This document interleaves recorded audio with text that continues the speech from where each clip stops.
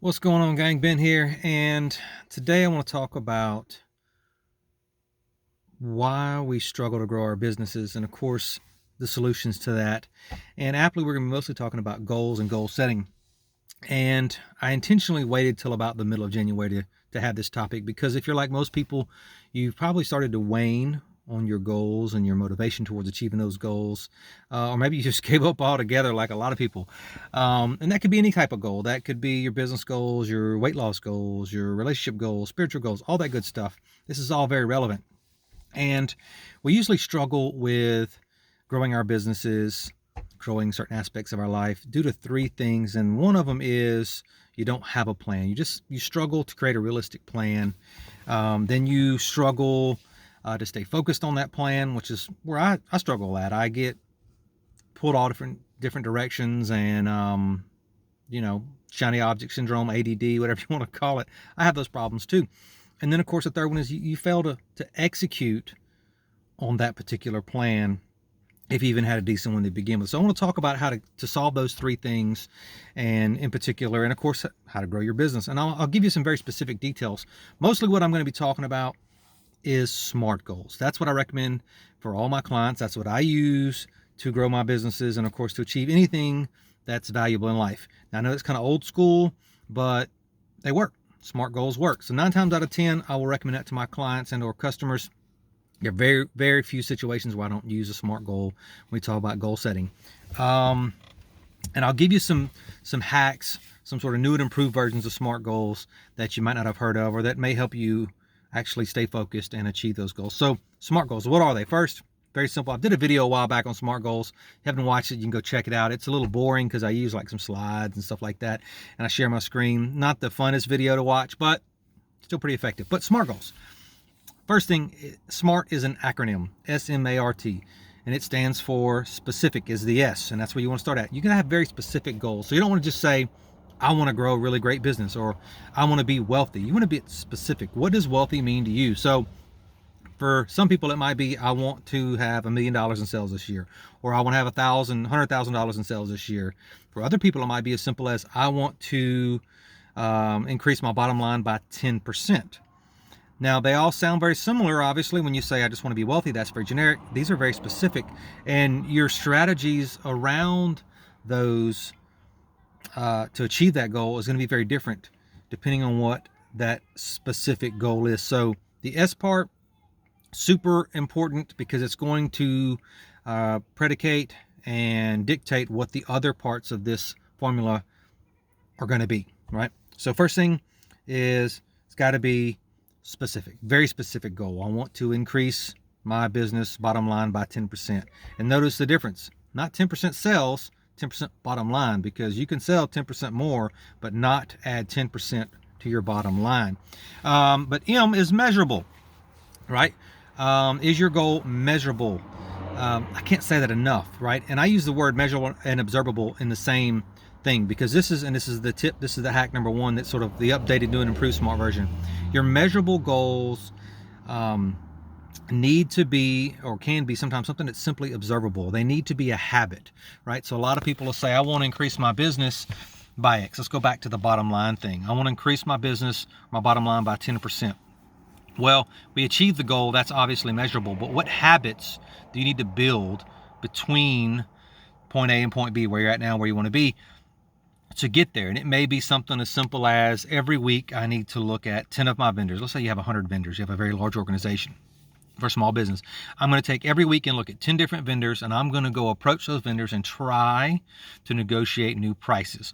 Or I'm going to go look for new vendors in that field, because with this pandemic that we've had going on, a lot of businesses have closed. A lot of your vendors are not in business anymore, right? So you may need to go find new ones. You may have had to rob Peter to pay Paul and start doing business with a vendor that's was supposed to be short term, and here you are a year, 2 years later, you're still doing business with that person, and their prices are astronomical. So that might be a measurable result, an observable result. It's something you can physically go look at and say, did I contact 10 vendors this week and renegotiate my contracts? That's going to flow into that bottom line target of, I want to increase my bottom line by 10%. So you get it. S and M, specific, measurable. A, is it obtainable? this is where not everyone, a lot of people screw up on goals. They make ridiculous goals. I'll use weight loss as an example. I want to lose 50 pounds. Well, maybe 50 pounds is not, and we'll get to some of the R and the T in a minute, but maybe 50 pounds in 30 days is not attainable. It's just not. You're not going to, unless you just don't eat anything, right? Same thing with growing your business. Maybe you want to, increase your bottom line by X or whatever, grow your business by $100,000 in sales. And you're going to do that through social media marketing. And you need to gain, 1 million followers in 2 weeks. That's not realistic. That's not obtainable. Some people can do that, but they're the outliers. That's very, very rare. So is it attainable? The R is relevant. All right. Is it relevant to your core vision, your core values? And I can't say that enough. So this goes back to, this goes to something I haven't mentioned yet, is before you even start your your specific goal, you need to ask yourself, why do you want to obtain that goal? So a lot of people say, I want to make $100,000 or $1 million in additional sales this year. Why? A lot of people say, well, I want to make more money. No. Why do you need $1 million if what you're doing now is working and everyone's happy? Why do you need to put more stress on your body, more stress on your business, and try to attain $1 million in sales? Well, then you start really digging into the why of it. It might come out to be, well, and I did a video way back when, one of my first videos last year of, why are you creating this business? What do you want out of it? What's your vision? Go back and watch that. But it goes back to that. Why do you want to do it? Why do you want to start a business to begin with? So if your why is for $1 million, why do you need that $1 million? What are you going to spend that $1 million on? It may be, well, I want to send my kid to college, right? I need another $1 million in revenue this year because I've got some new things I need to do in my life personally. I want to start donating more to, local community organizations or philanthropic agendas, right? Whatever. So go to your why. Okay. Why do you want to do it? And if the goal isn't relevant, associating with that R, to your overall vision and your overall ethics or your morals, then you're going to struggle with this SMART goal. So the R is very, very important. Why is it relevant to you? Why is it relevant to your life and your lifestyle? And then T is time frame. All right, SMART, T on the end of it, time frame. And this is very important. So all the other things you've done in this entire process needs to have a date on it. So if you want to have a goal, you don't say, I want to make $100,000 in sale. I want to do $100,000 in sales, in additional sales in the next 6 months, right? Now it's got a time date stamp to it. You got to focus. Your measurable things will obviously need to be influenced by that. So if I'm going to do $100,000 more in sales, I know that social media marketing is my way. I need to start posting content twice a week versus once a month, so on and so forth. So everything is going to sort of circle back. It's going to be a loop that's going to feed into all these things. So T is very important. It's got to have a timestamp because then it's not a goal, it's just a dream.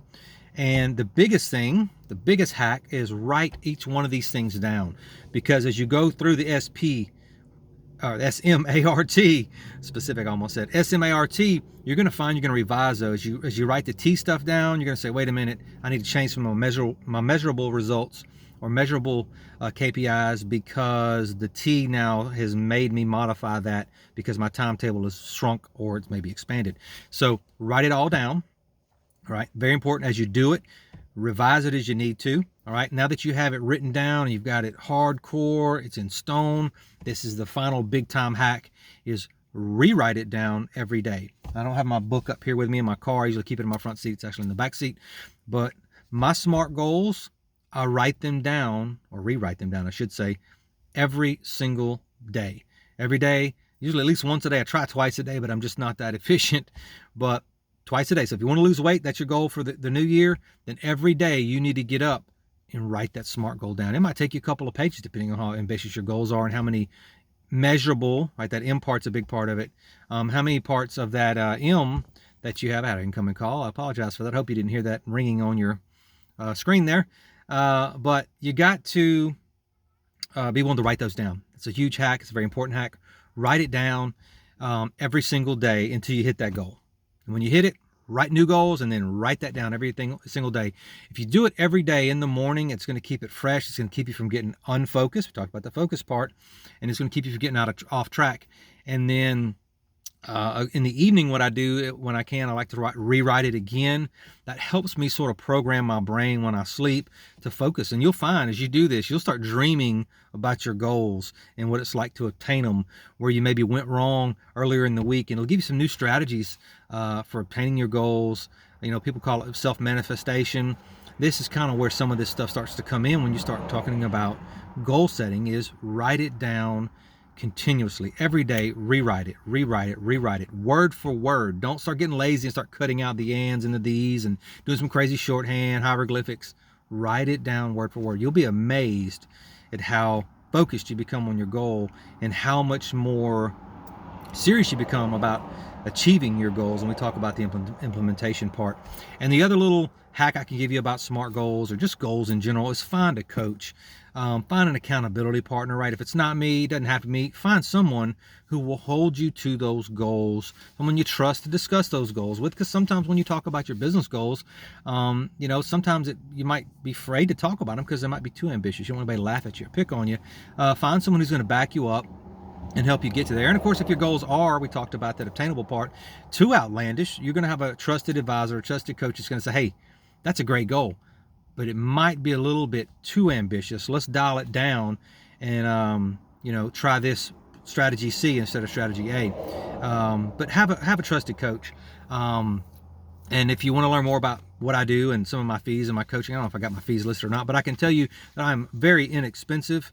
I know some coaches, you say, well, how can I afford a coach? Marshall Goldsmith is $200,000 a year. I can tell you that I'm very, very inexpensive.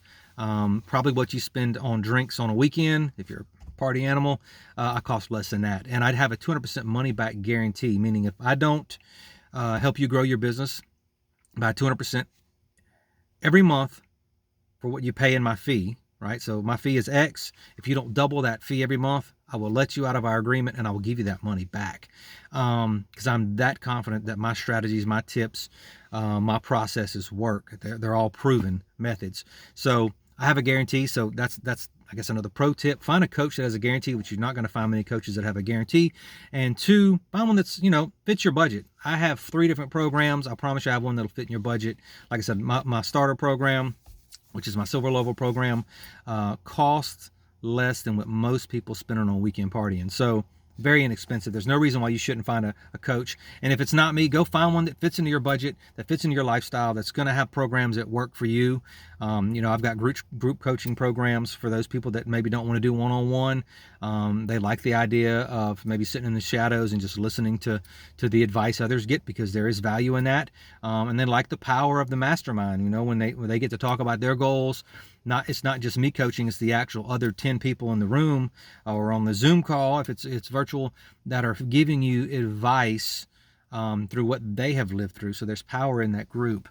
I can't say that enough. So find a coach, all right? That's the master tip. And of course, if you haven't watched my free video, which is at one of my websites, I have 2 websites, explosivesmallbusinessgrowth.us/wrong. It's totally free.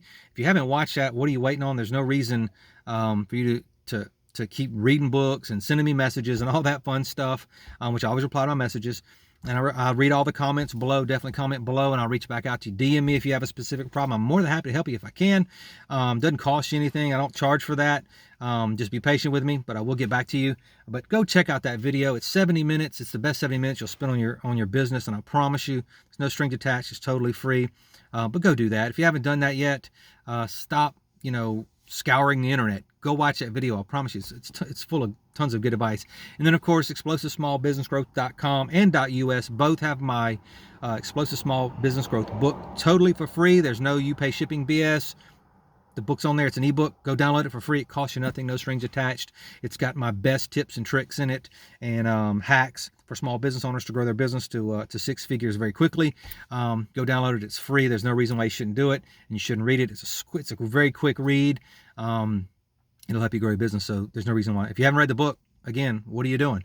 That's all I got for today, guys. I hope you learned at least one thing that'll help you take your business to the next level.